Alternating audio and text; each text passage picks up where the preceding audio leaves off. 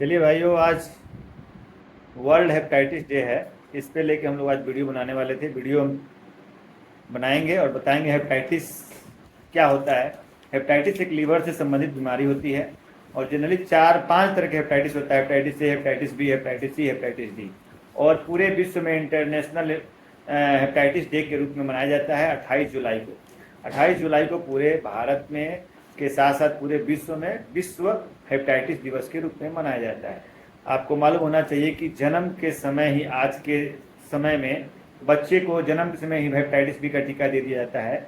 6ठे weeks में, 14वें, 10वें weeks में, 14वें वीक्स में, या बूस्टर डोज, जिससे बच्चा को इम्यूनिटी मिल जाता है, उस बीमारी के प्रति लड़ने की क्षमता बढ़ जाती है और आदमी उस बीमारी से बचाव कर सकता है। भारत सरकार के द्वारा इंद्रधनुष प्रोग्राम के द्वारा सरकारी हॉस्पिटलों में हेपेटाइटिस बी का टीका मुफ्त में दिया जाता है और यह टीका जो है सभी वर्ग के लोगों को दिया जा सकता है। अगर जो सरकारी अस्पताल से टीका नहीं लेना चाहते हैं, वे प्राइवेट संस्थानों से भी टीका ले सकते हैं। अब हम लोग बात कर लेते हैं लीवर का। लीवर हमारे शरीर का बहुत ही महत्वपूर्ण अंग है और शरीर का सबसे लार्जेस्ट ग्लैंड है। इसका वजन 1.5 किलो होता है, जो शरीर में मनुष्य के दाएं भाग में राइट हाइपोकॉन्ड्रियम रीजन में रहता है। और लीवर के बहुत सारे फंक्शन हैं, बहुत सारे काम हैं, जिसके बारे में जानकारी लेना जरूरी है।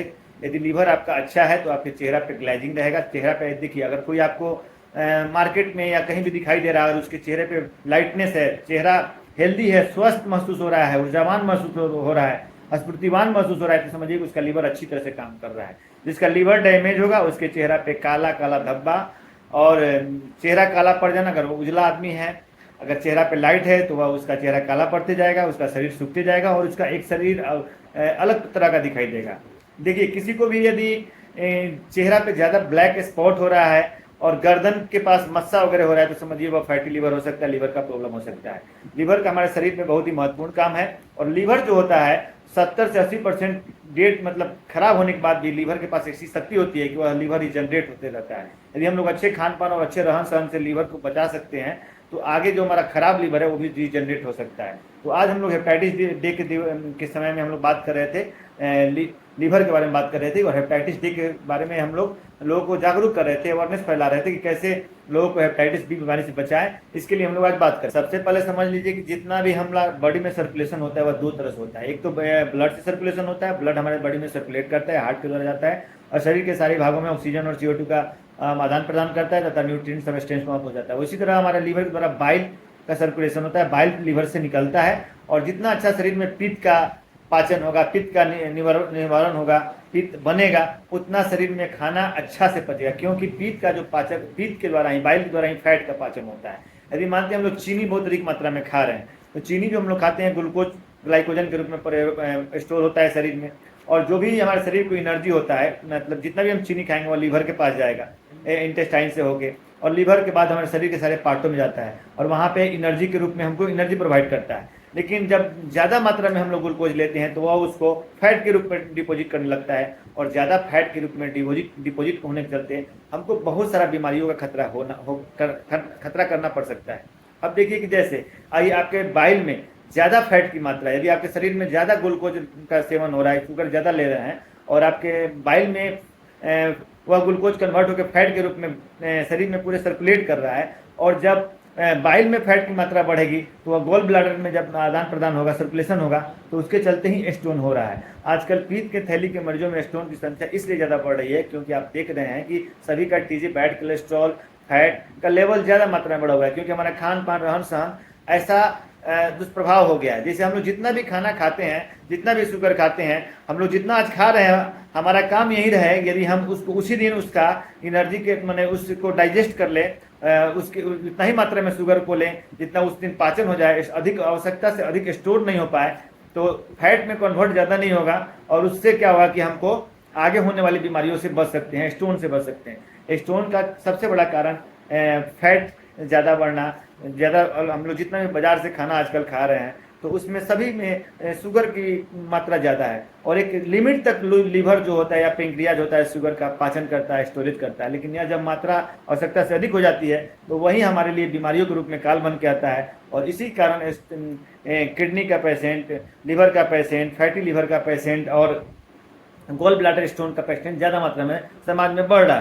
हम लोग बात करेंगे कि जो हेपेटाइटिस, वर्ल्ड हेपेटाइटिस डे के दिन पर कि हेपेटाइटिस 5 प्रकार का होता है, hepatitis A, hepatitis B, hepatitis C, hepatitis D और हेपेटाइटिस ई। हेपेटाइटिस ई जो होता है वह बच्चों में अधिकतर मात्रा में पाया जाता है और हमारे भारतवर्ष में संभवतः 70 से 80% बच्चों में हेपेटाइटिस ई हो जाता है, जो दूषित खान पान के चलते होता है। वहीं हेपेटाइटिस बी और हेपेटाइटिस सी का बात करेंगे तो वह ब्लड के द्वारा, कंटामिनेटेड ब्लड के द्वारा फैलता है। यदि किसी संक्रमित व्यक्ति का ब्लड हमारे में आदान प्रदान होता है, सेक्सुअल कॉन्टेक्ट के द्वारा फैल सकता है, या फिर जो हम लोग नाई के द्वारा ब्लेड जो इस्तेमाल किया जाता है दाढ़ी शेविंग के लिए, अगर उससे इन्फेक्टेड ब्लड से यदि किसी पेशेंट को लग जाता है तो उसके द्वारा हो सकता है।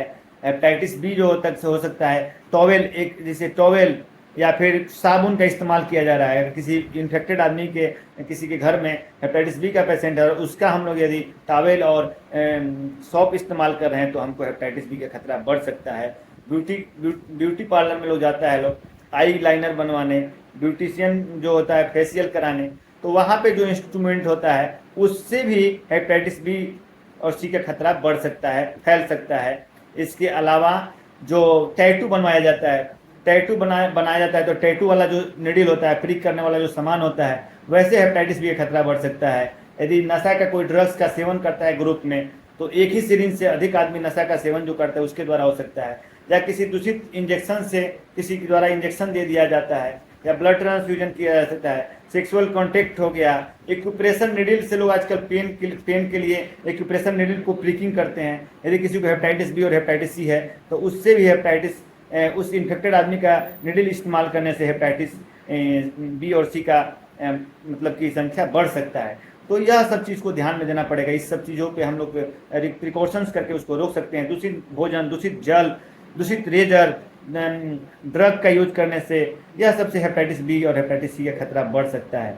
और एवरी 30 सेकेंड में हेपेटाइटिस से हमारे देश में एक आदमी की मृत्यु हो जाती है। इंडिया में 3,53,00,000 करोड़ लोग जो हैं अभी भी हेपेटाइटिस बी से ग्रसित हैं, और इसलिए यह जागरूक होना जरूरी है। इसलिए विश्व के द्वारा हेपेटाइटिस दिवस के रूप में 28 जुलाई को मनाया जाता है कि सारे देश के लोग जागरूक हो और उससे बचाव कर सके। यदि किसी को हेपेटाइटिस बी का खतरा है, सिम्टम्स क्या होगा, तो डायरिया, यदि उसको बार बार लैट्रिन हो रहा है, उसको वजन कम हो रहा है, उसको खाने में जी मिचला रहा है, वोमिटिंग हो रहा है, और उसके शरीर में हमेशा थकान महसूस हो रहा है, और उसका जो होता है जॉन्डिस, शरीर में जॉन्डिस अपीयर हो रहा है, येलो स्किन, पेशाब येलो हो रहा है, जॉन्डिस का सिम्टम्स आ रहा है, पेट में दर्द रह रहा है, वजन लूज हो रहा है, बॉडी में खुजली।